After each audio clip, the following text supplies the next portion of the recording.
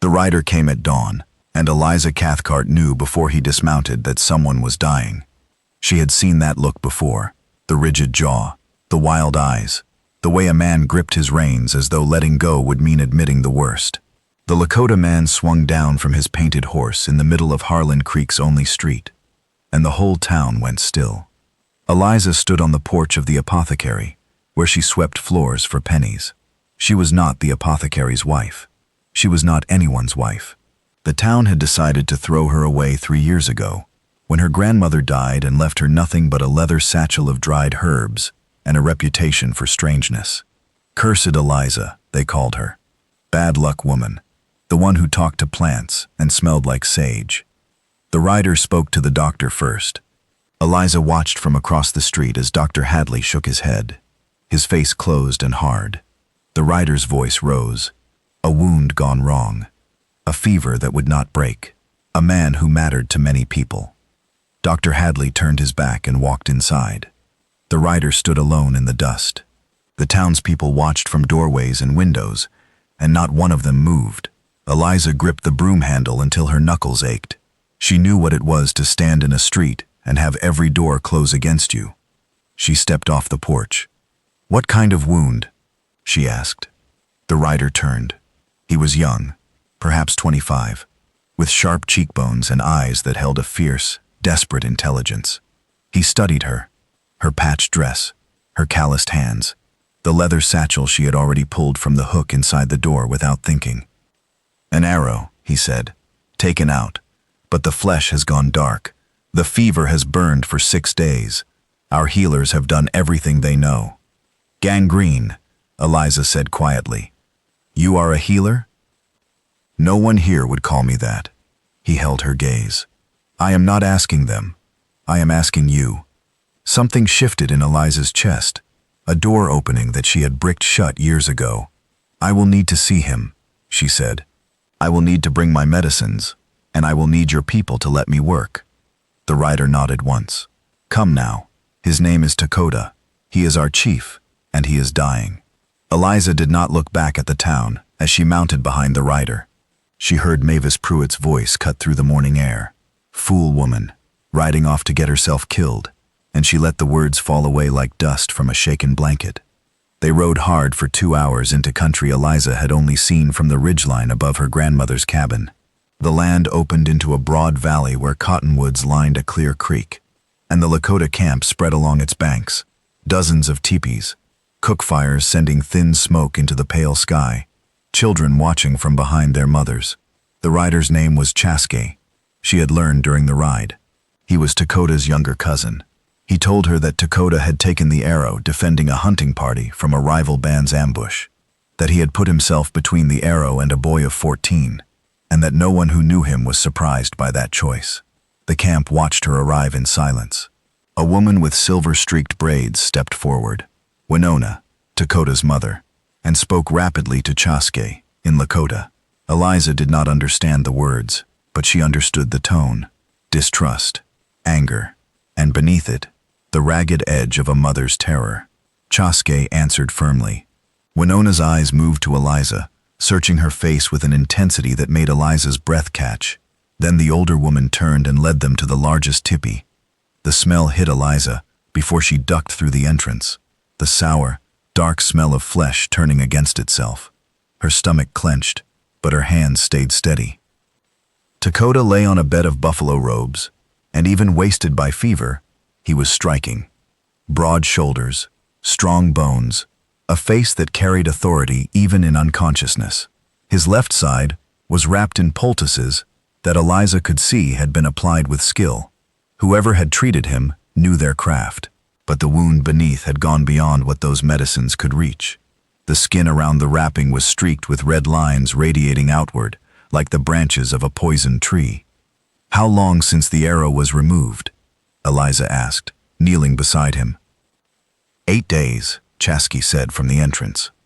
Eliza unwrapped the poultice carefully. The wound was deep in the muscles below his ribs, a ragged channel where the arrowhead had been cut free. The flesh had turned dark purple, shading to black at the center. But it was the red lines that frightened her. Blood poisoning. If it reached his heart, nothing would save him. She opened her satchel. Her grandmother had taught her that healing was not magic. It was patience, observation, and the courage to act when others froze. "I need hot water," she said, "clean cloth, and I need everyone to leave except one person who can help me hold him still." Winona did not leave. She stayed, and when Eliza looked up, the older woman's eyes held not trust, but something close to it, the willingness to watch before judging. Eliza worked through the morning. She cleaned the wound with a tincture of echinacea root, then packed it with a poultice of yarrow and plantain. The infection had pooled in a pocket beneath the torn muscle. That pocket had to be opened. If she cut too deep, she would sever the muscle, and he would never stand straight again. If she cut too shallow, the poison would remain and kill him by morning. Her hands did not shake. She found the edge of the pocket with the tip of her smallest blade and opened it with a single, precise stroke. Lakota surfaced from unconsciousness as the infection drained, his body arching, a sound tearing from his throat that Eliza felt in her own chest. Winona held his shoulders with both hands, her knuckles white. Eliza held her nerve and kept working until the wound ran clean. By afternoon, the wound was repacked. Eliza brewed willow bark tea and got Lakota to swallow it in small sips. His fever still raged, but the red lines had not advanced. "I need to stay," Eliza told Chaske. "The next 2 days will decide it." That first night was the worst. Lakota's fever spiked after sundown, his skin so hot that Eliza could feel the heat radiating from him without touching him. She bathed his face with cool water from the creek, changed the poultice twice, brewed a second tea from boneset and elderflower, and coaxed it past his cracked lips. Outside the teepee, she could hear low voices, Lakota's people keeping vigil. The weight of their hope pressed against the teepee walls like a physical thing. In the deep hours, Winona appeared beside her. She simply sat, her hand resting on her son's forehead, her lips moving in words Eliza could not hear. The two women held their vigils side by side in the firelight, bound together by the ferocious refusal to let this man die.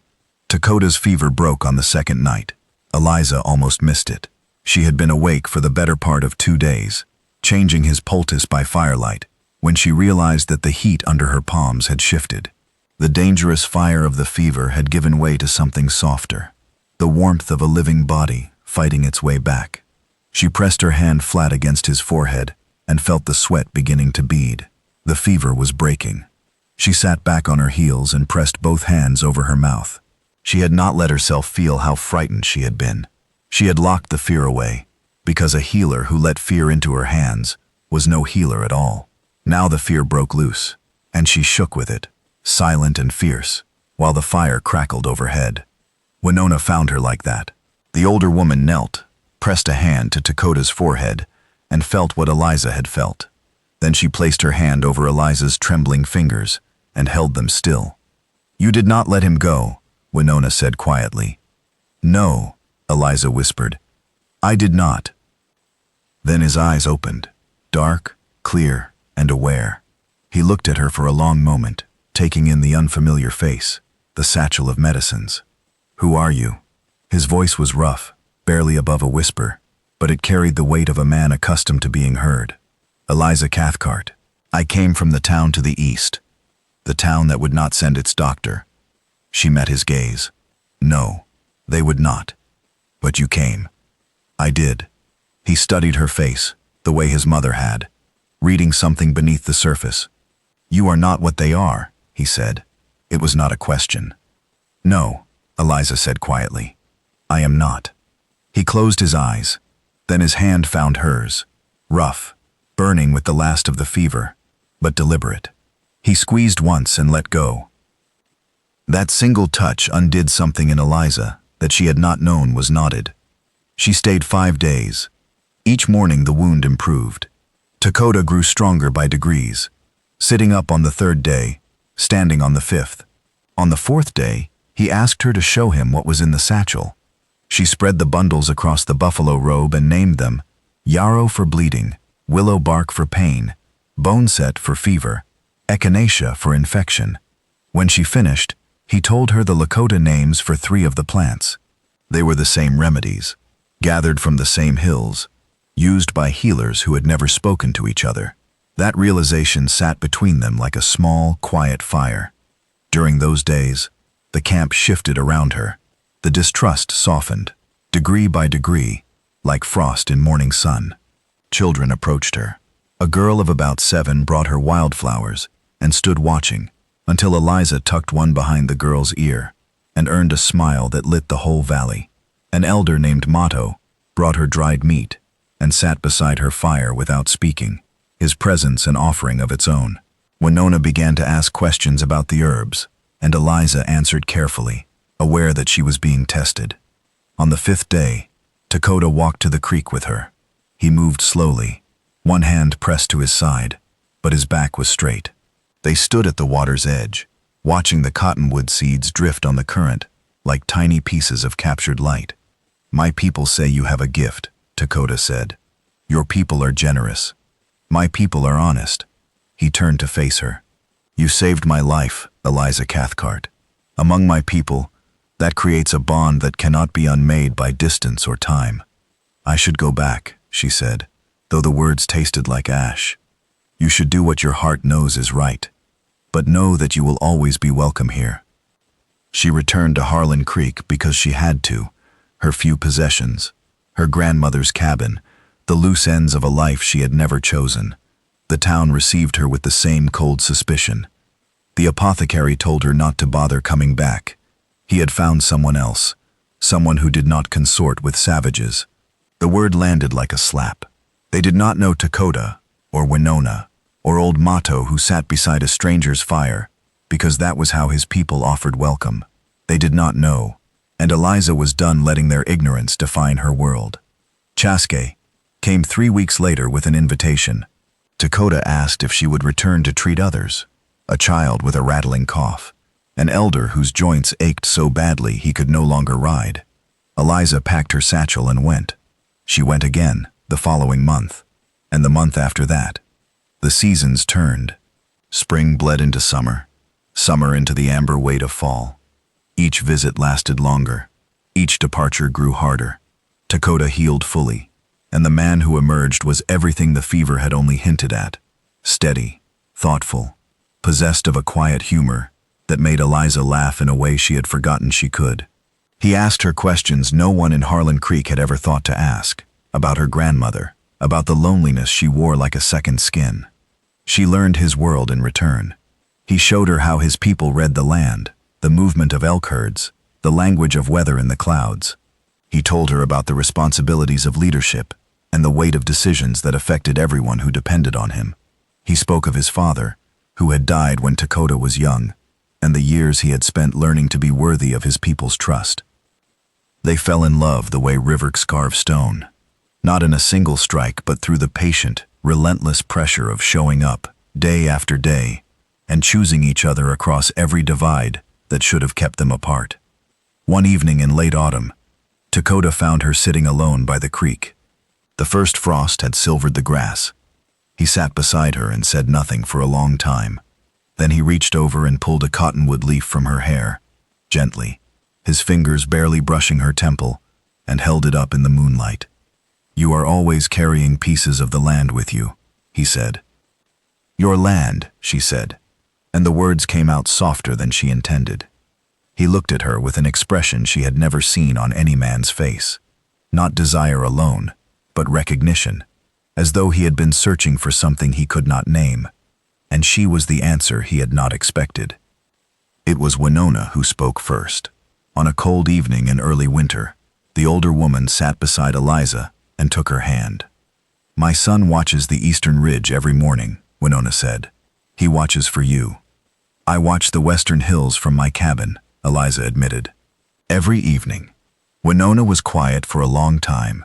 Then she said, "There is a way, if it is what you both want, but it must be done properly." Eliza's heart hammered against her ribs. "I would not ask for anything that was not proper." "I know. That is why I am telling you." Winter passed. Eliza spent more nights in the camp than in her cabin. She learned to tan hides alongside the women. She taught Winona how to prepare valerian root for sleeplessness, and Winona taught her a song for calming a frightened horse. The exchanges were small, practical, and they built something larger than either woman could have constructed alone. A bridge made of daily acts of trust. The elder Mato gave the blessing on the first day of spring. The whole camp gathered in the meadow, and the morning light fell clean and golden across the valley. The ceremony was simple and profound. Words spoken in Lakota, that Chaski, translated in a low, steady voice, a braiding of two lives that had found each other across a frontier most people believed could never be crossed. Lakota stood before her, his wound healed to a pale scar beneath his ribs, his eyes holding the same fierce clarity they had held the first time he looked at her. "You came when no one else would," he said. "You stayed when it would have been easier to leave. I do not offer you an easy life, Eliza. I offer you a true one." She took his hands. They were warm and steady, and she thought of the first time he had reached for her in the firelight, burning with fever, barely conscious, choosing to trust her with that single squeeze. "I have never wanted easy," she said. "I wanted to be seen. You see me." He drew her close, and she felt his heartbeat against her own. Strong, even, alive, because she had refused to let it stop. Around them, the camp erupted in celebration. Drums, voices raised in song, children running between the tippas. Winona stood at the edge of the gathering with tears on her face. Old Mato nodded once, slowly, the way he did when the world had arranged itself the way it was supposed to. Eliza Cathcart, the cursed woman of Harlan Creek, stood in the center of it all and felt, for the first time in her life, that she was exactly where she was supposed to be. The cottonwood seeds drifted on the spring wind, and the frontier stretched wide and open in every direction, and the life they built together was neither his world nor hers, but something new, something forged in the space between two peoples by two hearts, stubborn enough to hold on.